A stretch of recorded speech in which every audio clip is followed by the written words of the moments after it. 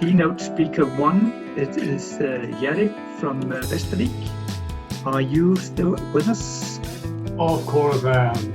Oh, that is great. Oh, you have a shiny background. That's good. Thank you. It's working now. It's working now. Perfect. All right. Thank you for inviting me. I'm feeling very honored to be here today and listen to you and take a part of this project. My points for today is to give you a short background of Campus Västervik, of course, but even the Learning Center in Sweden. About us, I'm going to tell you what, how, and why, and some challenges that we see. Which one for now is to keep the time. So I think we just get on with it. And a small flashback for the Swedish Learning or Study Center, as it was named from the beginning, is that we have been around for around 30 years. And most of them started as an underground movement with a very clear focus on university education in smaller municipalities and rural areas, which everybody has too long distance to the universities. Shortly afterwards, the national network NITUS started up to support the Learning Center operations in Sweden, which in many cases had been needed. And today there are about 100 members in that network. We also have members in Denmark, I have to say. The Swedish government has in most cases shown very low interest in financially supporting the learning centers in Sweden. And the financial contribution has been very low or none, actually. This means that Swedish learning centers have mainly been project financed during the construction, and after that often fully financed by the municipality. That also means that due to financial challenges, many learning centers today have changed their focus and also have upper secondary education, perhaps sometimes as the most important and largest part of the business. We also had time when the government wanted and they succeed very well in centralizing university education, which in turn made it much more difficult to succeed in getting the universities to place education at learning centers. And I think that is where we are, more or less right now. The government has spoken loudly about university educations all over the country, but I think the initiatives shine with their absence, actually. That's a short background, and I think you can understand what I'm going to tell you right on, because now we're going to Västervik, the most beautiful part of Sweden, I have to say that. And the picture in the middle is our small campus. We are located at the right side of Sweden, actually the east side. You see where it is, in the middle between Stockholm and nowhere, I have to say. And we are a rural municipality. We have long distance to the universities, to education, to research. Actually, we have long distance to everything, more or less. If you go to the nearest university, you have to go by car or train for at least 2 hours. We're suffering from a very low level of education overall, and we have a difficulty to supply the society, the labor market, with skilled workers and competence. And that is, I think, one of our real big challenges. We call ourselves Campus Västervik, which means that we are a local campus. We're owned and operated by the municipality of Västervik. We have a mission here, and that is to make the university education and research available and accessible through collaboration with the universities and colleges according to the needs of the labor market and the society. The goal for us is a general increase of the level of skills and knowledge in our society, and also, in my humble opinion, to be the best in Sweden. I know that some of you have heard that before. How do we work? Yeah, we have three major areas: the education, the development, and the research area. And the education all starts with a collaboration with universities and some other educational institutions. At our site, we have 20 university programs and a lot of courses, over 600 full-time students. We have all these students on site. We have research, we have the researchers on sites, and most of the lectures are streamed via some technology, some modern technology, like Zoom, like other. We have the research department, and the overall theme here is sustainability in rural areas. That's to underline, because we don't do any research that other does.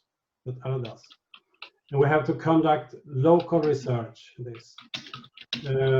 communicate scientific knowledge to our labor market, to our society, to the people who wants to know and who needs to know, and also initiate the organizational development by doing this. So we mean that we have a lot to expect to make research in our local area. We have development. We have been developing the site, the Campus Västervik, for all these years. And we have always a lot of developing projects going. As you can see, the called Campus in Småland for increased university education and research in the northern county of Kalmar län, which is our county. Nya vägar, new roads for university education throughout the whole country. Rätt kompetens is for increased opportunities for further education, also in our county. So the new roads is a developing project for the whole country, where we're working especially with the government to get some forms to bring university education to our type of communities, the rural areas. We think that we work as a motor by initiate the collaborative projects, aiming at making the university education and research more accessible and available. Advocate for greater state and government responsibility for increased flexibility in the Swedish education policy. We have been working with a special project, the New Roads, since 2013. We're taking small steps ahead this, but it takes time. We think we work as a mediator by collaborate with various actors, locally, regionally, and nationally. We develop models for sharing our experience and working methods with others in our field. And we think we are the meeting place because we organize national and international conferences. And we are hosting a lot of study visits from Sweden, of course, all over Sweden, but also Denmark, Germany, Norway, Finland, and soon to be, I hope, even Scotland. But why? Why are we doing this? You know, the universities in Sweden all often say, if you want to study, come to the university, which for us means that the people living in our area often have to move to studies, and that's not good. We would like to give them the possibility to make a choice. Do I want to stay here, educate here, even research here in our area? Okay, I can do that. The individual development is so important for people who want to create the future in our region. The societal development, we have a lot of experience with that. Equal opportunities, why not? Why should it say, you're living there, you're not welcome to this world? So that's a question of democracy, absolutely. The challenges now that we generally see is about creating conditions at all levels to develop and achieve the mission that we have, the goals that we have, and all the things that we want to do. This, I mean, requires a big will and high ambitions, and means that you can never just sit back. You have to constantly being in and driving development. That's what we do. But we also deliver. We deliver actually development and growth from the people, from the society, for the people, and for the society. That's about all I have planned to say. I think I've done it in 30 minutes. I'm so sorry, but I think you might have some questions. Yes. Thank you. Thank you, Jerry. I think that was a really interesting walkthrough, and I would suggest that everyone is sending any questions they might have to the chat. Otherwise, I have a few of them myself. You said that you are not a university, so all of the university lectures that you have, are they located at Västervik, or are they located at the big universities from far away and then streamed to you guys via screens? Yes, they all, the major of them are located at the universities, and by Zoom or video conferencing or some other technology, they're sharing their lectures with a class in our space. Okay, and then you have smaller study groups that are studying this subject in Uleå, and another study group who are studying another education in Stockholm, and then they are maybe working together and they have a tutor, or is that also via distance learning? No, we have a tutor at site. Yeah. Who also is connected to the university. Okay. And that's right that you say we are collaborating with around 10 universities in Sweden today. But we mean that the importance of studying in a group is the main issue here. Yeah. Because we mean that you have a study context, and that helps you to get through with the studies in a proper way.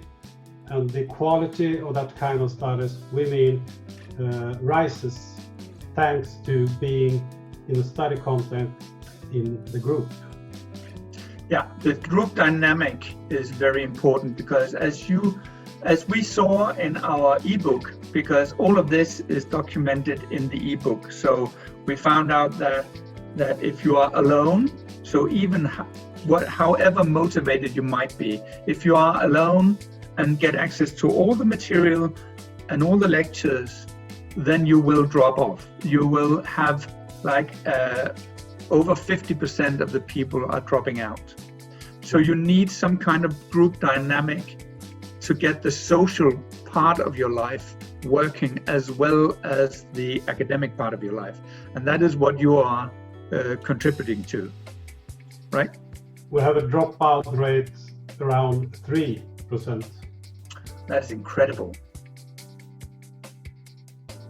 But there's a lot of reasons for that, of course. Yeah. But that's what it is. I would like you to, I think that is really, really interesting, Jerry, and thank you. And you said you were not state funded. You're not funded through the taxation in Sweden. So how are you funded again? By the municipality. So it is all the municipality that are putting the money into your, okay. Do you get any sort of taxometer grants from students, or that is that all going to the university, or do you split some of the income from that? Not yet. Not yet. No. But I have been working with this for 24 years now, and that has been a question for all the years. But Okay. we're not there yet. Kristen has a small question for you. What are the first steps to building a university community locally for knowledge centers? So what is Kristen Hugren to do in Iceland when they want to have some kind of thing going with Reykjavik? That's a long answer. I suggest that Kristin takes contact with me, and we can talk about it. Okay, that sounds like a good idea, because we have 1 minute for Stuart.